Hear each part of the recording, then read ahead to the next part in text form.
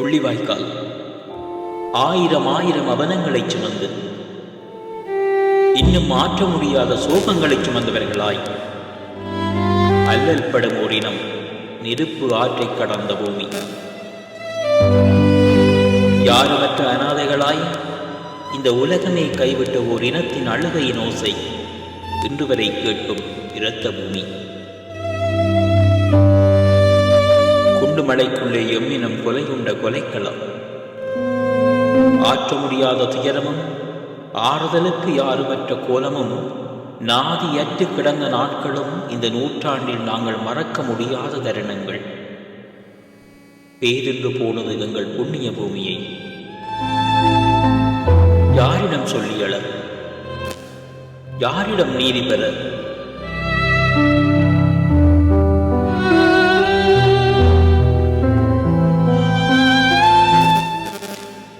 ஆண்ட தமிழனை அழிக்கவென்று அகிலமெல்லாம் கூடி வந்து நடத்திய குருசேத்திர போர் அது. தர்மத்தை அழிக்க அதர்மத்தின் வழியில் ஐநாவும் நின்றது, அண்டை நாடுகளும் நின்றது. அழிந்து போனோம் ஆழிக்கடல் அருகில் அன்று. அன்று அழிந்தது வெறும் உடல்கள் மட்டுமே, உணர்வுகள் அல்ல. முள்ளிவாய்க்கால் மண்ணில் குடிக்க நீருமில்லை, குழந்தைகளுக்கு பாலுமில்லை, குந்தி இருக்க ஒரு இடமும் இல்லை. பசித்த வயிற்றுக்கு ஒருவேளை சோறும் இல்லை. அடுத்த நொடி யார் இருப்பார் என்று யாராலும் சொல்லவும் முடியவில்லை. கொத்து குண்டும் பொஸ்பரசு குண்டும் ஆட்டியும் அஞ்சிஞ்சியும் என அத்தனையும் எங்கள் உயிர்களையும் உடமைகளையும் அழித்து போனது. ஐயோ என்று நாங்கள் குளறி எழுத போது எங்கள் குரல்களை அன்று யாரும் கேட்கவில்லை. உலகத்தின் வாய்கள் எல்லாம் அன்று ஊமையாய் போனது.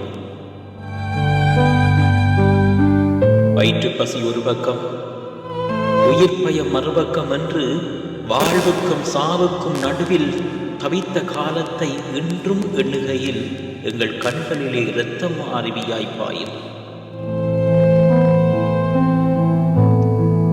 எப்ப சாவு வரும் என்ற ஏக்கமும், எப்படியும் சாகத்தான் போகிறோம் என்ற எண்ணமும் தான் அங்கு எல்லோர் மனங்களிலும் இருந்தது.